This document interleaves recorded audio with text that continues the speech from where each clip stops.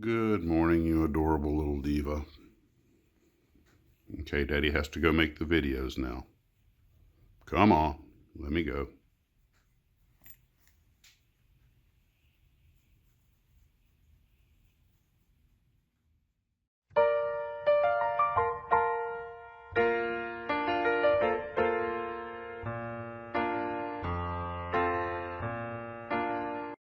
Storing of boxes and packing of boxes is kind of a trick and a science in its own right. Now, this is all of my empty boxes that I still have, and most of them are boxes inside of boxes, so probably 4 or 5 times as many boxes as you actually see here. And that also brings up an issue about when you're shipping to keep your costs down. So let's talk about that. Well, good morning, Blue Troopers. And today I thought we would talk about packaging your models a little bit if you have to ship them or you're trading or something.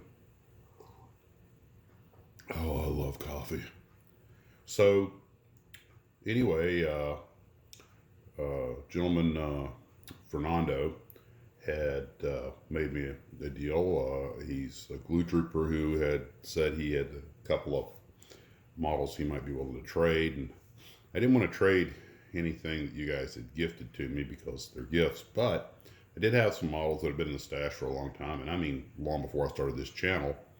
And he said, he'd be willing to work a trade. So I had an old Revell Gemini that I kept telling myself I was going to get to someday, and someday kept coming and going, and then I wasn't getting to it. So I decided that might be a good candidate.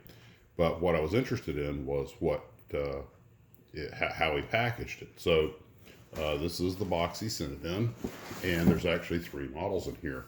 And he did a very, very clever thing. He was talking about how expensive the shipping cost. This came from Canada, and I've gotten quite a bit from Canada. Is one thing I can tell you is that it is very expensive. Now it's a 1 to 40 scale, but I'm not going to let that bother me. This intermediate scales like 1 to 40. If you do it right, you can sort of get away with putting them with 1 to 35 or 1 to 48 if you just use a little cheat with a little perspective change there. Put the smaller stuff a little further back, make things gradually get smaller, force perspective. But anyway, so the first thing was this Revell Black Corporal with the transporter, and what he did was, if you open it up, I thought, wow, there's a lot to that kit, and there's a fair amount to it. More modern version with the booklets, and everything looks beautifully detailed. Decals.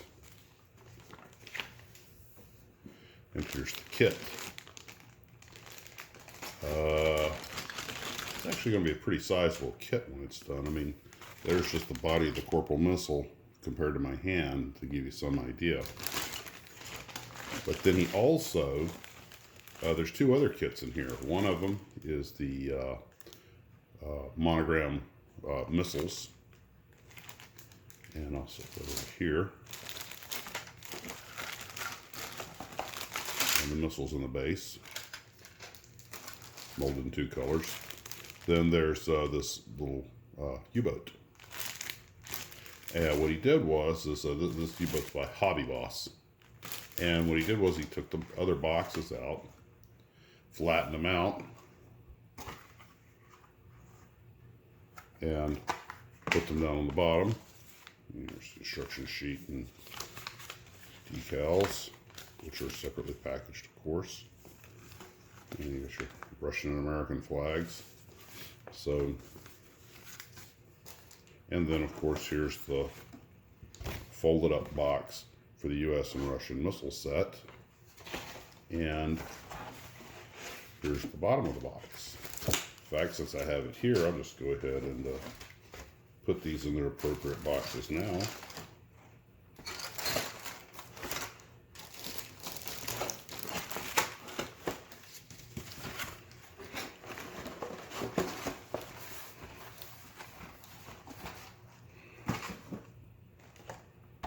In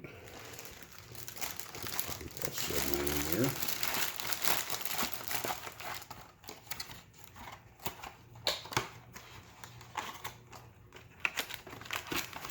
That is a Type 9B. Yes, Type 9B.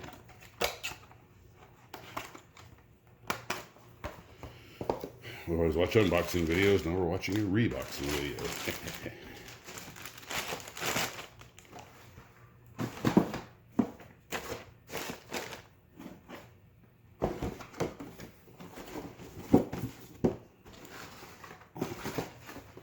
So he managed to get all of these into this little box right here. It's darn clever, these glue troopers. Well, guys, models out in the Tarbus not going to build themselves. I guess I better get out there. I want to thank everybody for tuning in. Hope you're having a wonderful morning. And as always, model on.